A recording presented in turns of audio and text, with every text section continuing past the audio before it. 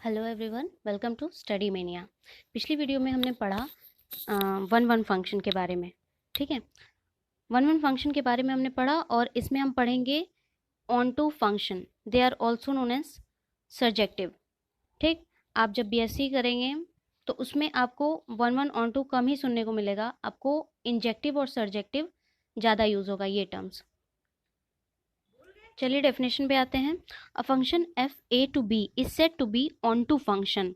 क्या ध्यान में रखना है? For every element in B, B यानी codomain, there exist at least one pre image in A. ठीक है, मतलब वन वन में हमने क्या पढ़ा था? दो सेट रहते थे। ठीक है, कोई भी फंक्शन है, दो सेट हैं उसमें। ठीक है, अब हम देखते थे कि सारे एलिमेंट्स जो ए के यानी डोमेन के जितने भी एलिमेंट्स हैं उसकी क्या होनी चाहिए? डिफरेंट इमेजेस होनी चाहिए। ठीक है, मतलब कोई एक एलिमेंट की दो इमेजेस नहीं हो सकती, एक ही इमेज होनी चाहिए। इतना बात हमने पढ़ा था। लेकिन हम वन वन में ये देख रहे थे कि जो को डोमेन के एलिमेंट्स हैं उनमें क्या होता, देखिए जो डोमेन के एलिमेंट्स रहते थे वो तो सारे कनेक्टेड होने चाहिए। फंक्शन का यही रूल है कि सारे एलिमेंट्स को हमें यूज करना है, उसमें कुछ भी छूटता नहीं था। और को डोमेन में कोई एक छूट जाता था, जैसे ये डी। डी क्या है? किसी से रिलेटेड नहीं है, तो हम कहते थे ये क्या है? वन वन है या फंक्शन है। लेकिन आपको पढ़ना क्या है? सर्जेक्टिव फंक्शन पढ़ना है, यानी ऑन टू फंक्शन पढ़ना है। ऑन टू फंक्शन के लिए क्या होना चाहिए? For every element in B there exist at least one pre image in A. One का इमेज बी है तो बी का प्री इमेज क्या होगा? वन होगा। ठीक, उल्टा सारे कोडोमेन के एलिमेंट्स रिलेटेड होना चाहिए ए से। कहने का सेंस ये है, मतलब कोडोमेन के एलिमेंट में जितने भी ये सारे चीजें हैं, ए है, ए के लिए कोई इसमें होना चाहिए, बी के लिए कोई एलिमेंट इसमें होना चाहिए, सी के लिए इसमें होना चाहिए, डी के लिए भी होना चाहिए। यहाँ पे डी छूटा है क्योंकि ये क्या है? ये मैंने वन वन का एग्जाम्पल दिया है, याद रखिए। ठीक, ये वन वन का एग्जाम्पल है, यहाँ डी छूटा है, कोई बात नहीं। लेकिन ऑन टू के लिए यहाँ पे एक एलिमेंट भी छूटा नहीं होना चाहिए, मिसिंग नहीं होना चाहिए। ठीक है, एक एग्जाम्पल लेते हैं फिर आपको समझ में आएगा। जैसे देखिए, दो सेट है, छोटे ज़्यादा बन गए। यहाँ देखिए, दो सेट है ए और बी, इसमें एलिमेंट है 1 2 3 4 5 6। आप कैसे भी लिख सकते हैं, फंक्शन है, आपको चेक करना है कैसा फंक्शन है। ठीक, 1 is related to 5, 2 is related to 4 and 3 is related to 6। ठीक है, अब यहाँ आप देख रहे हैं जो को डोमेन के एलिमेंट्स हैं वो क्या है? कोई भी बचा है यहाँ पे? नहीं बचा। ठीक, यूज हो चुका है, यानी सारे एलिमेंट्स की कोई ना कोई प्री इमेज यहाँ पे है। ऐसा नहीं कि 4 का कोई प्री इमेज नहीं है, है ना? 5 का भी है, 6 का भी है। तो आप यहाँ पे क्या कह सकते हैं? अगर आप ऐसे लिखना चाहें, एफ ऑफ 1 किससे रिलेटेड है? 5 से, मतलब 1 की इमेज 5 है। एफ ऑफ 2 4 है, एफ ऑफ 3 6 है। तो यहाँ पे क्या है? एवरी, ऐसे लिख सकते हैं ना, एवरी एलिमेंट ऑफ या in set B has pre image in set A, है ना? ऐसे लिख सकते हैं आप। दूसरी भाषा में हम लोग क्या कह लें कि ये ऑन टू फंक्शन कब होगा? जब अ फंक्शन ऐसे, अच्छा चलिए पूरा लिख, अ फंक्शन, और इजी लैंग्वेज में लिख देते हैं, छोड़िए इसको। देखिए, for any y belongs to y there exists some x belongs to x such that f of x is equal to y। अब क्लियर है? कोई डेफिनेशन नहीं, बस कंडीशन।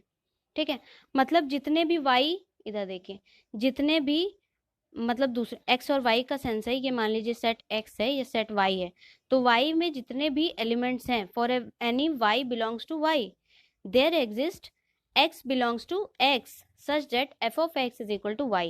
क्लियर? आपको ऑन टू की डेफिनेशन एकदम समझ में आ गया। ठीक है, मतलब क्या कंडीशन है, कैसे अप्लाई करना है। अब देखिए, आपने क्या ऑब्जर्व किया कि जब ये रेंज वाले सारे एलिमेंट क्या हैं, मतलब ये तो ऑन टू है, इसको अभी नहीं लेते हैं। ठीक है, ये सॉरी, ये वन वन फंक्शन है, इसको अभी लेते नहीं है, हमको ये वाला लेना है। This is onto, clear. तो हम इसमें देखते हैं, आप क्या देख रहे हैं कि जो सेट बी का यानी को डोमेन का एलिमेंट क्या है, सारा ए से मतलब डोमेन वाले से रिलेटेड है, मतलब सारे के प्री इमेजेस हैं। तो हम यहाँ से ये नहीं कंक्लूड कर सकते हैं कि जो रेंज है वो को डोमेन के इक्वल हो गई है ना। ये ऑब्जर्वेशन हमने देखा कि सारे एलिमेंट्स रिलेटेड थे, तो हम कह सकते हैं कि जो रेंज थी वो हमारी को डोमेन बन गई है। क्लियर। यानी हम इसको क्या लिख सकते हैं, सर्जेक्टिव के लिए सर्जेक्टिव, या आप अपनी भाषा में ऑन टू कह लीजिए। ठीक। A function is said to be onto if range of f is equal to B. ठीक है, ये इजी लैंग्वेज में है, that is f of A is equal to B. ये सर्जेक्टिव की कंडीशन है। समझ में आ गया। अब हम क्या देखते हैं, एक बार समराइज कर लेते हैं इसको एकदम अच्छे से। देखिए थोड़ा टेढ़ा मेढ़ा दिख रहा है, उसके लिए माफ़ी चाहती हूँ। देखिए हमने क्या देखा कि जो को डोमेन में जितने भी एलिमेंट होने चाहिए वो किसी न किसी एलिमेंट की इमेज होने चाहिए। ठीक। दूसरे शब्दों में जितने भी को डोमेन के एलिमेंट्स हैं उनकी कोई ना कोई प्री इमेज होनी चाहिए ए में। क्लियर। दूसरी बात क्या है, को डोमेन का कोई भी एलिमेंट क्या होना चाहिए, खाली नहीं होना चाहिए। अगर यहाँ पे एलिमेंट क्या है, एक छूट गया है, तो वो क्या है, ऑन टू नहीं है। क्लियर। यहाँ पे सारे एलिमेंट्स यूज थे, तो ये क्या है, ऑन टू है। यहाँ पे कुछ भी छूटा नहीं है, तो ये क्या होगा, ऑन टू होगा। क्लियर है।